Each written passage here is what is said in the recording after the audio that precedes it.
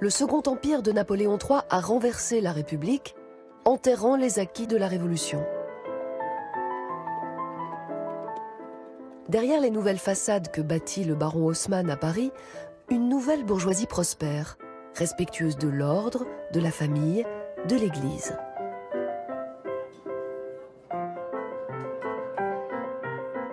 La mode est aux crinolines qui empèsent les femmes, au luxe qui s'affiche dans les nouveaux grands magasins et dans les cabarets.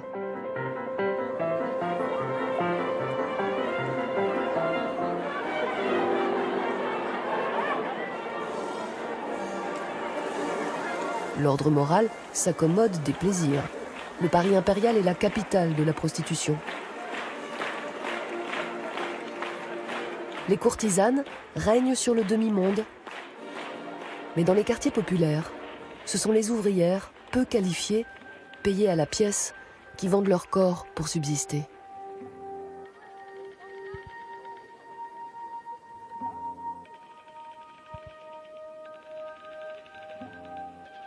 Est-ce qu'il n'y a pas des marchés où l'on vend dans la rue, aux étalages des trottoirs, les belles filles du peuple, tandis que les filles des riches sont vendues pour leur dot?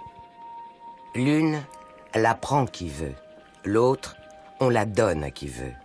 La prostitution est la même. Depuis sa petite école de la butte Montmartre, l'institutrice Louise Michel est témoin de la condition des femmes sous le Second Empire. Et elle enrage. Les filles, élevées dans la niaiserie, sont désarmées tout exprès pour être trompées. C'est cela qu'on veut. Si l'égalité entre les deux sexes était reconnue, ce serait une fameuse brèche dans la bêtise humaine. Louise Michel, c'est tout ce qu'elle doit à sa mère, Marie-Anne, une simple servante qui l'a toujours encouragée à lire, à étudier, à découvrir. Se marier n'a jamais été son horizon. Louise Michel veut transmettre ce que sa mère lui a donné. Enseigner aux filles, c'est cela, son engagement féministe. Quelques progrès sont réalisés sous le Second Empire. Les filles ont désormais accès à l'école primaire et au secondaire. Quelques-unes passent même le baccalauréat. Mais à la plupart, on ne dispense que des cours de lecture, de couture ou de morale chrétienne. Louise Michel, elle, est subversive. Pour les filles, elle veut les mêmes cours que les garçons. Mathématiques, sciences et même éducation sexuelle. Chaque matin, elle leur fait chanter la Marseillaise, interdite sous le Second Empire. Les femmes ne doivent pas séparer leur cause de celle de l'humanité, mais faire partie militante de la grande armée révolutionnaire.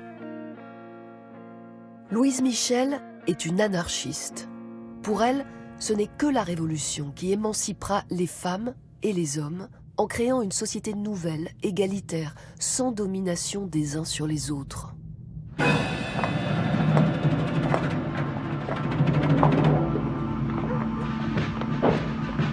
Oui, barbare je suis. J'aime le canon, l'odeur de la poudre, la mitraille dans l'air. Mais je suis surtout éprise de révolution. Louise Michel l'aura, sa révolution. Le Second Empire s'est effondré dans la guerre contre la Prusse.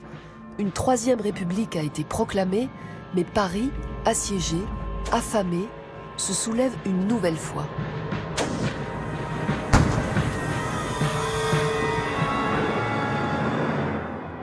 La Commune de Paris est proclamée le 18 mars 1871.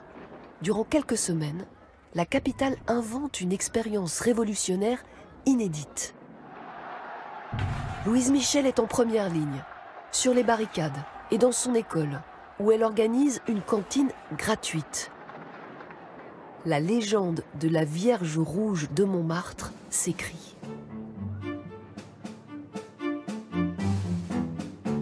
Louise Michel a rejoint l'Union des femmes pour la défense de Paris. Au cœur de l'insurrection, les femmes réclament leur propre révolution féministe. Le droit de porter une arme et l'égalité des salaires. Des crèches et des aides pour les mères célibataires. La réforme de l'éducation des filles. Cette fois, la révolution saura-t-elle entendre les femmes ?